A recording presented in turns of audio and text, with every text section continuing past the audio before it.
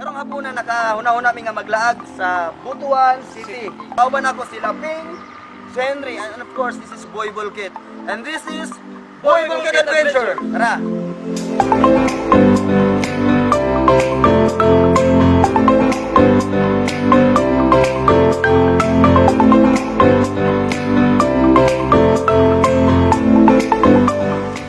Namin karon sa Agora Terminal sa Cagayan de Oro, tapos lagngitan niyo mas barato nga masakyan.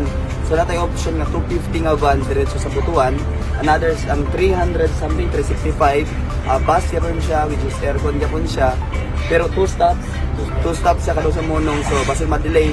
So kailangan namo nga mas 6 hours ang biyahe ito. So kami kinahanglan namo nga mas masayo pagid kay basin masuko si Gogoy ang nagulat sa amo nga pinaka guwapo or guwapa nga teacher siya sa Butuan. So karon gipili na mo ni karon ang non-stop, which is we pay about 465 bucks. Non-stop. Non-stop. 4 hours from CDO to Butuan.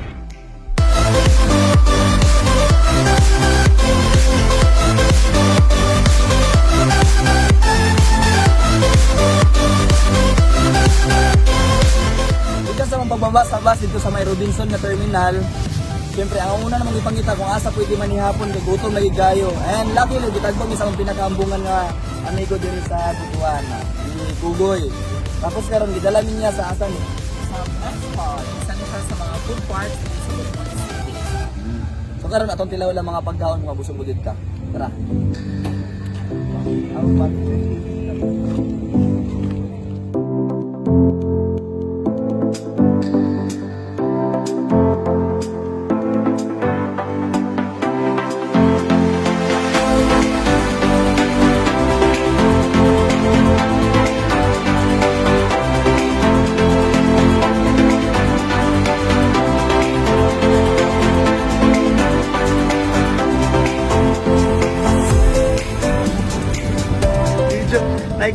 Murag masa na diri sa murag Magellan sa murag single mom karon. Muna nagdagan ang single mom kay murag si Magellan ang nagpauso anak tanaw karon nakatuwan pag ginang nagpamot nga na siya. Murag kani gid sila nagpauso diri. So puli lang mga tagbusan ng tao, puli lang unta mga talubuton wala dagang kapit.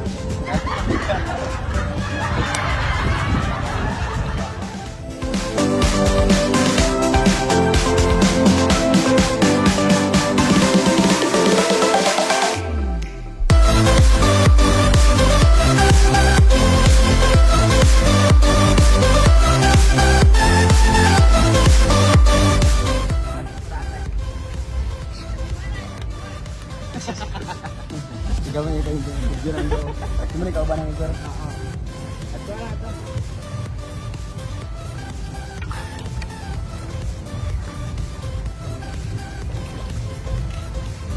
Brad, may ugto. Ay, sorry. Hilay-hilay, hiping, hilay-hilay ah. Pwede mo na maklip ang phone. Pagkuro lang ito. I-off lang ano. Ikan lang ito.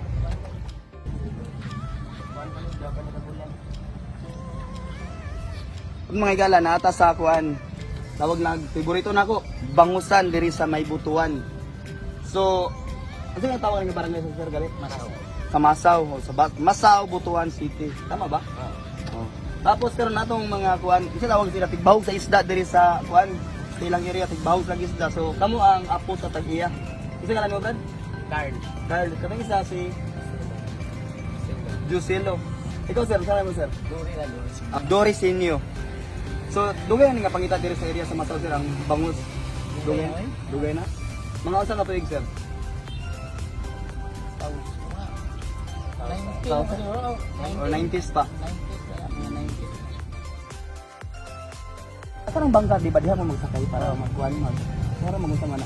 Para kuan nga mag-qualify, mag-isda or Pili ta makasakay na magbayad lang yun. Sala. oh, kira wala ko ibayad. Makasakay niya. Di atong Libre hulog. Dili.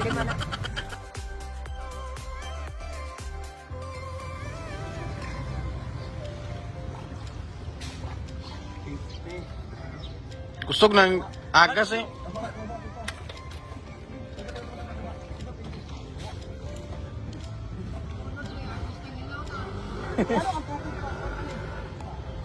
Yate, di man kabalon eh. Kadang mo dito.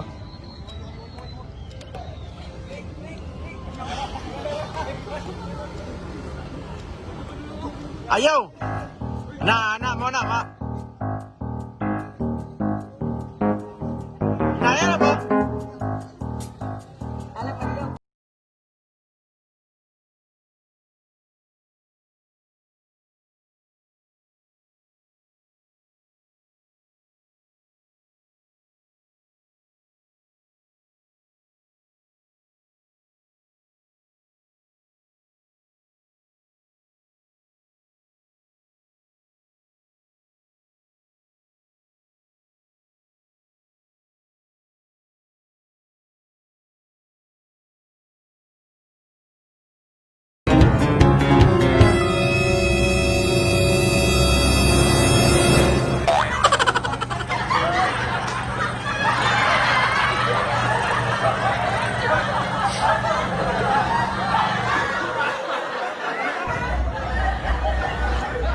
Nakatry ni Ogwan, nakatry namin sa kay silang baruto. Pero sa to say ang ato makita sa TV nga murag dali-dali ra na to makuan, dali-dali ra na to padagan. Lisod mo di kayo. Lisod ni kasi kinahanglan siya sakto nga balancing, nga dili pud nga kinahanglan danghag. So panabiktima ko din ko sa talaba, kay ang talaba di ay hait pang gid natural. So pat kasamad sa talaba. Ang isa. So dili tayo gidalim ang bangon, di siya basta-basta yun. Danghag manguga danghag ba? Tarantado kayo. Talaba ba? Huwag na kung nakita ang talaba. Ingon lang talaba lamig, anong kaning lamig yun? Sakit na yung talaba doon. So kayo atong kauban si Carl lang siya nagasi sa tuwa, siya ang nagkuan, siya ang nagbira sa tawag bangka pabalik ug nagluwas na wagay na kay murag takilid na gyud. So na lang. So kung gusto mo maka-experience kung unsa gyud ang kanang actual gyud silang ipabuhat para alagaan ang mga bangus diri sa area sa Masaw, lagan gyud ang lugar. Masaw, di ba di Masawan siya no? Masaw tawag. Masawa. Okay, here we go. Thank you so much. Kita na patang laing lugar kanang staylan di sa Butuan. Here we go. Di naging ka namin sa Masaw, naglagnay. Kung nga kung kiwas ang nilaan, baka na ang program yung ginagawa pa. Dito na pa masama sa iyong butuan na sa iyong. So, ang problema ka rin, masama din na, huwag pa dito chinilas, chinilas ka. Dili ka rin lang yung chinilas, ang bukan mga butuan.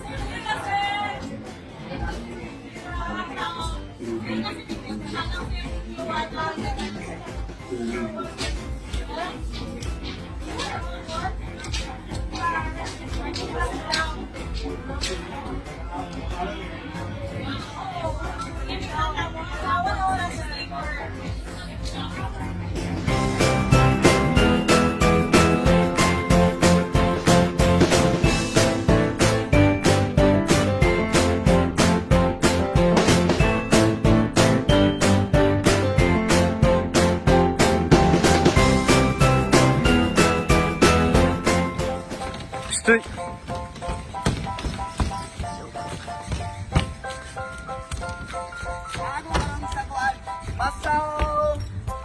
Masaw River Bridge. Basta natulay sa Masaw River.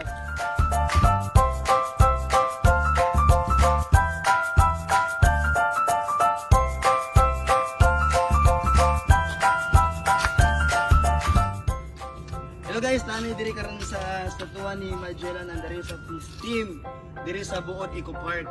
So kaning buod, isa kani siya ka butuan nga dialect which means buntod pa sa Bisaya, buntod. So nahitabo tong 1521 March 31, 1521 diri himo ang nahitabo ang first mass sa diri nga area. Oh.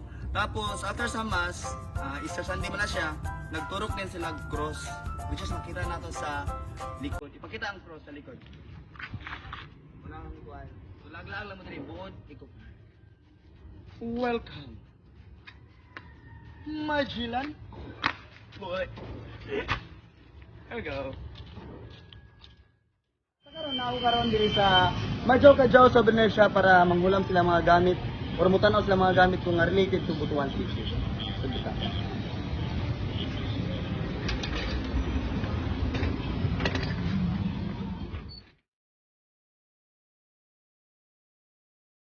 Mga remembrance nato mula tag Butuan City. So inani siya nga shop. So bihira kanina na shop makita tong inani nga klase nga shop kay usually naara sa mga dagkong nga mall. Pero dire naka-focus gid sila sa mga butang. Kung nga maka-remember gid ang saan Butuan City. Patang interview ang tag-iyani nga shop. Hello, good morning. Isa nga na ma'am? Isa nga lang. Rosana Cesar. Rosana Cesar. Pag musulti tag Butuan, unsa magit ang pinaka paminaw nimo nga unang butang sa unahuna sa mga taong mula diri? So, ang Butuan is known as Balanghay, Balanghay do. Balanghay. Kani. Home o Balanghays. Long before na naging siya, barter system. Oo, So, kaya ang tagline namin in the beginning, there was no Philippines, but was Butuan. wow. In the beginning, there was no Philippines, but there was Butuan.